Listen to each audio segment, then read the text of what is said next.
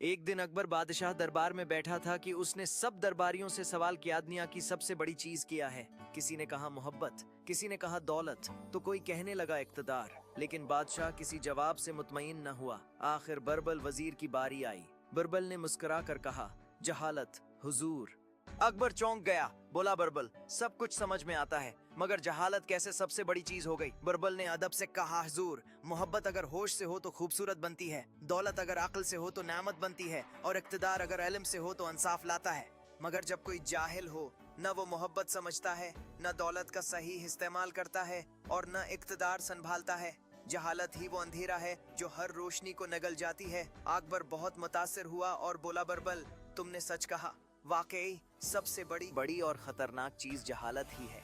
अगर हम इल्म को फरोग दें तो बाकी सारी बुराइयां खुद ब खुद खत्म हो जाएंगी। आज दिन से अकबर ने दरबार में तालीम और इल्म की अहमियत पर जोर देना शुरू कर दिया और बरबल को मजीद इख्तियारात दे दिए कि वो पूरे सल्तनत में मुदारिस कायम करे।